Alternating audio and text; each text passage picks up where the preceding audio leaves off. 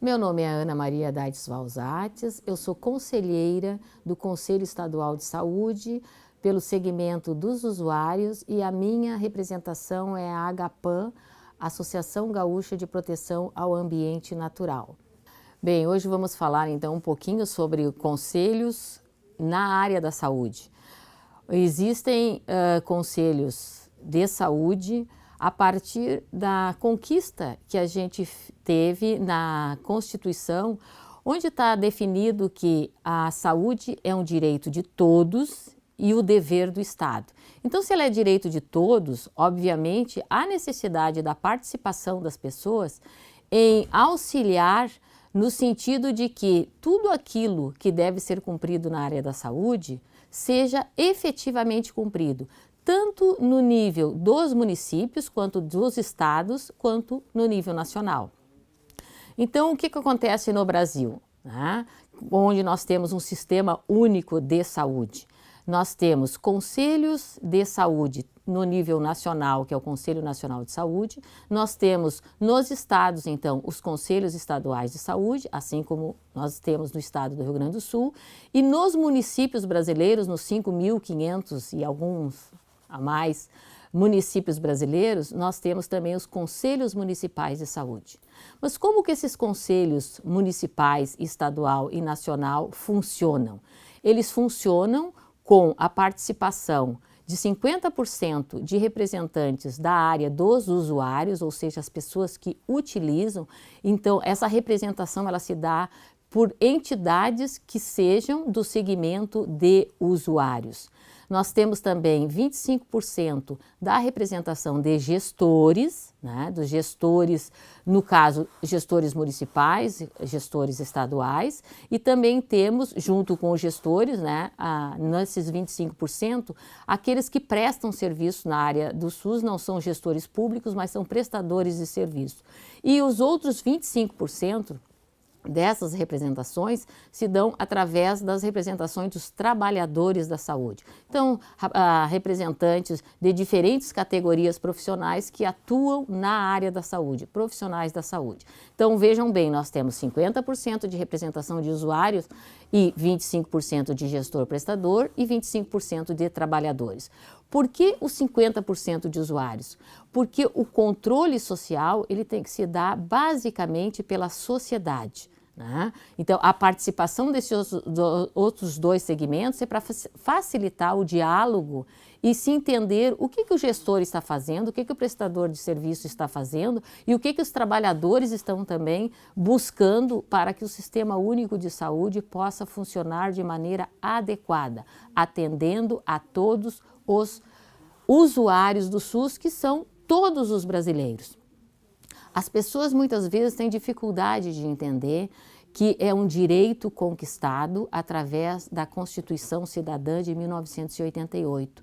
E a partir da Constituição Cidadã de 1988, nós então tivemos as leis que instituíram tanto o Sistema Único de Saúde, que é a Lei 8080/90, como também instituído o controle social, que é a Lei 8142 de 90. Ou seja, nós temos leis que definem tudo isso. Como que deve ser estruturado os conselhos municipais, os conselhos estaduais e o Conselho Nacional? Quem tem que dar a estrutura física, organizativa, é o gestor.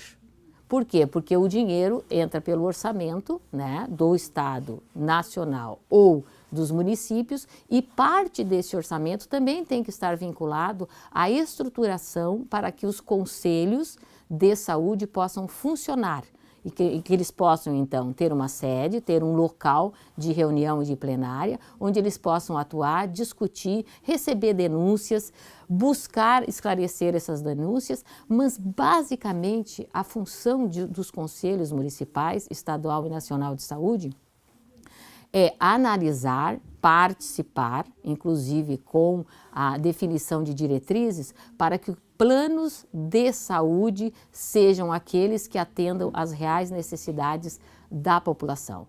Então, assim, todos os conselheiros, eles têm que saber que eles têm uma função de acompanhar, entender e, inclusive, deliberar sobre planos de saúde, deliberar, ler, aprofundar, tentar entender no conjunto dos conselheiros, né? E inclusive buscando informações onde for necessário para deliberar também sobre os relatórios da gestão. Porque, de uma certa maneira, o que acontece? O plano de saúde, tanto no nível do município, quanto no estado, quanto no nível nacional, ele é o plano que define o que será feito no período. Normalmente, planos plurianuais são os planos de 4 anos e depois nós temos as programações anuais que definem como será feito aquilo que está definido para cada ano. Então, assim, ó, os conselheiros têm uma função muito importante que é estar sempre atento para saber o que está sendo planejado, o que está sendo executado, onde o dinheiro da saúde está sendo colocado e naquelas situações em que se observa que não está sendo adequado o atendimento, aquilo que deveria estar sendo planejado ou mesmo a aplicação dos recursos, nesses momentos os conselheiros têm que buscar, então, impedir que o gestor tome medidas que sejam contrárias às necessidades de saúde. E onde que se faz isso? Nas discussões de plenária e nas votações. É ali que é o espaço para a gente deliberar se as coisas estão sendo feitas de maneira adequada ou estão sendo não tão adequadas e, portanto, não podem ser aprovadas.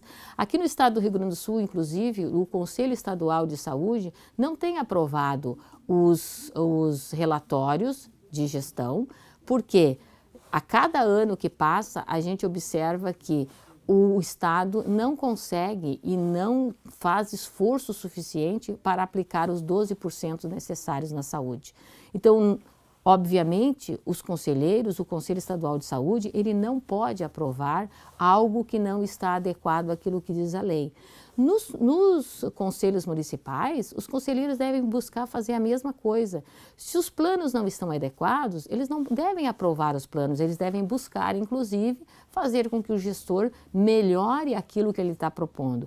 Nos relatórios de gestão, os conselheiros também têm que observar o gestor municipal, ele está aplicando o recurso de maneira adequada, ele está aplicando realmente o recurso naquilo que foi previsto, ou surgiram outras coisas e de repente o gestor desviou um pouco o objetivo no sentido de aplicar o dinheiro onde deveria ser aplicado, ou seja, dinheiro da saúde deve ser aplicado na saúde. Inclusive, há uma emenda constitucional, a 141, de 2012, que define exatamente o que é dinheiro da saúde e onde o dinheiro da saúde deve ser aplicado e onde o dinheiro da saúde não pode ser aplicado. Então, também é importante que as pessoas estejam atentas com a 141/2012, que define basicamente o que é importante. Isso é saúde? Não. Todo o dinheiro da saúde que é aplicado em algo que não seja de acesso a todas as pessoas, por exemplo, no Estado, dinheiro aplicado no IP não é dinheiro da saúde aplicado de maneira inadequada. Por quê? Porque não são todas as pessoas que podem acessar a saúde através do IP. Se nós aplicarmos recursos no Hospital da Brigada, ele também não é um hospital que atende todas as pessoas, não são todas as pessoas que podem ser atendidas lá. Então, ele não tem o caráter de igualitário, né? Que todo o sistema de saúde, ele atende, é para todos. Então, qualquer serviço que não seja para todos, não é aplicação adequada dos recursos da saúde. Então, assim, a função do conselheiro é uma função muito importante nesse sentido. Ele tem que estar atento àquilo que diz as leis, e aquilo que o gestor está apresentando, né, inclusive dentro de prazos adequados, para que os conselheiros possam analisar e verificar se aquilo está de acordo. Bom, uma outra questão importante, cada município tem a sua lei municipal de criação do conselho, porque cada conselho é criado a partir de uma lei. Então, nós temos uma lei no estado do Rio Grande do Sul que cria o conselho a partir de 1994, mas cada município tem a sua lei. E o que é importante? É importante que quando a pessoa representando alguma entidade passa a fazer parte do conselho como conselheiro, uma das primeiras tarefas dela é dar uma olhada na lei que criou aquele conselho na qual ela vai fazer parte, né, na questão do Conselho de Saúde. Por quê? Porque é muito importante saber o que está regendo, né, o que está fazendo com que aquele conselho funcione. O que a lei, na verdade, está dizendo que é possível fazer. E também se existe alguma irregularidade na própria lei. Por exemplo, não é o prefeito que define quem são os representantes dentro do Conselho de Saúde. Ou seja, e também não é o governador que define, ele só homologa, os nomes dessas pessoas têm que ser homologadas, perfeito? Só que não é ele que indica as pessoas. Da parte da gestão, tranquilo, que o secretário de saúde municipal indique quem são os seus representantes. Mas em relação a trabalhadores, ou ao próprio prestador, ou até de representação de usuários, não pode estar escrito numa lei que seja o prefeito ou o secretário de saúde que vai indicar. Então, se existir isso em alguma lei, no sentido de algum conselho municipal, é importante, e todos podem saber disso e devem saber disso, que o Conselho Estadual de Saúde tem uma assessoria jurídica que lhe atende. Então, todas as dúvidas que possam surgir dentro de um conselho municipal, que não ficou muito claro se está certo ou se está errado, busquem sempre, através do Conselho Estadual de Saúde, através da sua assessoria jurídica, né, informações para ver se as coisas estão regulares dentro daquilo que especifica a lei federal e, inclusive, algumas questões que são especificadas na lei estadual. Então, é muito importante que as pessoas pautem, saber o que diz a lei e busquem participar de maneira assim, ativa. Todo conselheiro deve, no mínimo, participar de todas as plenárias que são convocadas no seu conselho municipal, conselho estadual, né? Então, é importantíssimo assim, a participação, porque a participação dos indivíduos no controle de todos os aspectos relacionados à saúde é uma conquista.